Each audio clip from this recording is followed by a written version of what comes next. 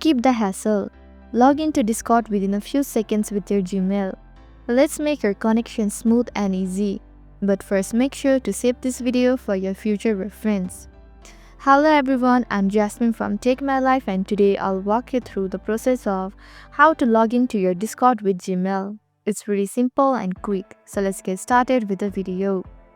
You cannot directly log in through your Gmail, but you can definitely log in with your email address. Here's how. First, tap on the Discord icon to open the app.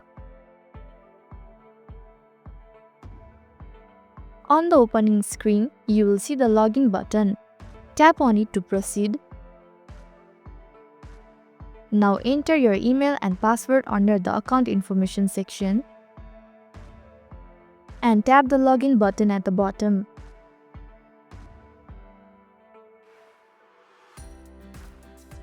Discord will automatically log you in and you will be taken to the main dashboard of the app.